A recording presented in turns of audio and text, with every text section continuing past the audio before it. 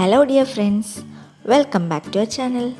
അപ്പോൾ നമുക്കിന്നൊരു വെറൈറ്റി ആയിട്ടുള്ള ഒരു ഫ്രൈഡ് റൈസ് ഉണ്ടാക്കി നോക്കാം.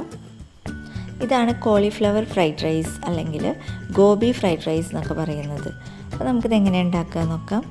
അതിന് മുന്നേ നിങ്ങൾ ആദ്യമായിട്ടാണ് ഈ വീഡിയോ കാണുന്നതെങ്കിൽ അല്ലെങ്കിൽ എൻ്റെ ചാനൽ കാണുന്നതെങ്കിൽ റെഡ് സബ്സ്ക്രൈബ് ബട്ടൺ ഒന്ന് പ്രസ് ചെയ്യുക, തൊട്ടപ്പുറത്തുള്ള ബെൽ ബട്ടൺ കൂടി പ്രസ് ചെയ്യുക കേട്ടോ. അപ്പോൾ നമുക്ക് ആദ്യം റൈസ് കുക്ക് ചെയ്യാൻ വെക്കാം. ഞാൻ കുക്കറിലാണ് റൈസ് ഉണ്ടാക്കുന്നത്. ആദ്യം തന്നെ 2 ടേബിൾ സ്പൂൺ നെയ്യ് ഒഴിച്ചു കൊടുക്കുക. അതിലേക്ക് കുറച്ച് ഗരം മസാല പൗഡർ ചേർത്ത് കൊടുക്കുക. എന്നിട്ട് അതൊന്ന് വഴറ്റിയതിന് ശേഷം നമ്മൾ കഴുകി വാര വെച്ചിട്ടുള്ള അരി ഇതിലിട്ടിട്ടൊന്ന് വഴറ്റിയെടുക്കണം. ഈ നെയ്യും മസാല പൗഡറും അരിയും ഒക്കെ കൂടിയിട്ട് നന്നായിട്ടൊന്ന് മിക്സ് ചെയ്ത് കിട്ടണം. ഞാനിവിടെ നീളമുള്ള അരിയാണ് എടുത്തിട്ടുള്ളത്.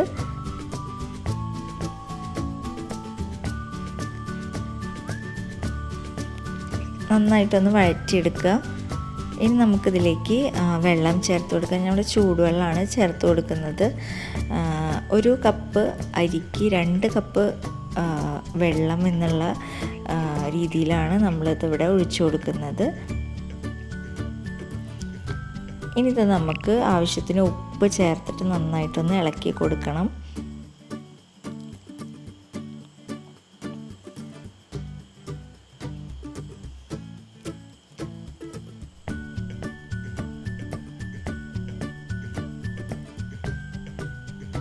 നമുക്കിത് അടച്ചു വെച്ചിട്ട് ഒരു വിസിൽ വന്നിട്ടുണ്ടെങ്കിൽ നമുക്കിത് ഓഫ് ചെയ്യാം.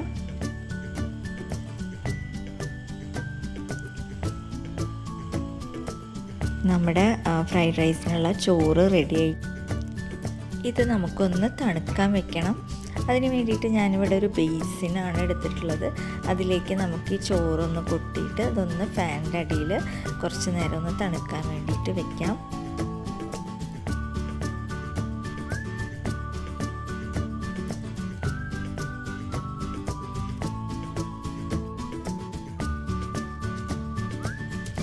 ഒലിവ് ഓയിലിലാണ് ഞാനിവിടെ ഫ്രൈഡ് റൈസ് ഉണ്ടാക്കുന്നത്. 2 ടേബിൾ സ്പൂൺ ഒലിവ് ഓയിൽ ഒഴിച്ചു കൊടുക്കുക ഒരു പാത്രത്തിലേക്ക്. ഒലിവ് ഓയിൽ ഇല്ലെങ്കിൽ നിങ്ങൾ സൺഫ്ലവർ ഓയിൽ ചേർത്താലും മതി. ഇനി ഇതിലേക്ക് 1 കപ്പ് സവാള ചെറുതാക്കി അരിഞ്ഞത് ചേർത്ത് കൊടുക്കണം. നന്നായിട്ടൊന്ന് വഴറ്റിയെടുക്കണം.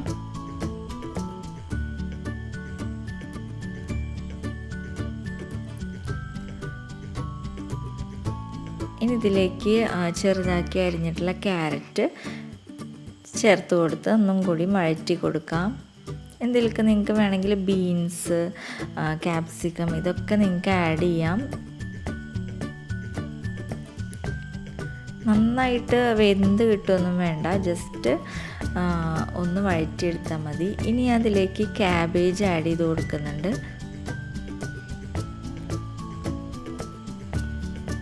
ഇതെല്ലാം കൂടി നന്നായിട്ടൊന്ന് മിക്സ് ചെയ്തെടുക്കുക. കുറച്ച് ഉപ്പ് ആഡ് ചെയ്ത് കൊടുക്കാം.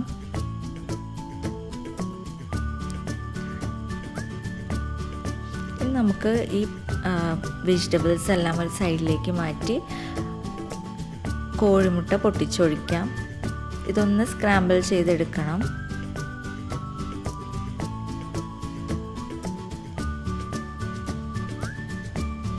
ഞാനിവിടെ 2 കോഴിമുട്ടയാണ് ഇതിലേക്ക് ചേർക്കുന്നത്. ഒന്ന് നന്നായിട്ടൊന്ന് സ്ക്രാമ്പിൾ ചെയ്തെടുക്കണം. അതിനുശേഷം നമുക്കിതിലേക്ക് പച്ചക്കറികളും കൂടിയിട്ട് എല്ലാം കൂടി ഒന്ന് മിക്സ് ചെയ്തെടുക്കാം. നമുക്കൊരു teaspoon soya sauce, 2 teaspoon tomato sauce, അതുപോലെ തന്നെ കുറച്ച് ചില്ലി സോസും കൂടിയിട്ട് ഇതൊന്ന് വഴറ്റിയെടുക്കാം. എല്ലാം കൂടി നന്നായിട്ടൊന്ന് മിക്സ് ചെയ്തെടുക്കണം.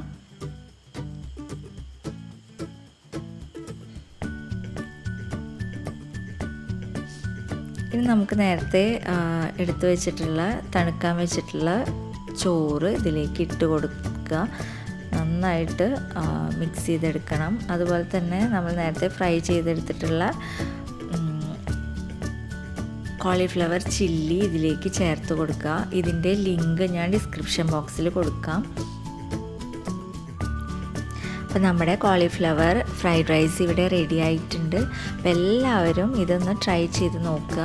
പെട്ടെന്ന് തന്നെ ഉണ്ടാക്കാൻ പറ്റിയിട്ടുള്ള ഒരു ഡിഷാണിത്. വീഡിയോ ഇഷ്ടപ്പെട്ടിട്ടുണ്ടെങ്കിൽ നിങ്ങൾ ലൈക്ക് ചെയ്യുക, നിങ്ങളുടെ ഫ്രണ്ട്സിനൊന്ന് ഷെയർ ചെയ്ത് കൊടുക്കുക. ആദ്യമായിട്ടാണ് വീഡിയോ കാണുന്നതെങ്കിൽ ഒന്ന് സബ്സ്ക്രൈബ് ചെയ്യുക. ഇനിയും പുതിയ വീഡിയോസായിട്ട് ഞാൻ വരാം. Thank you.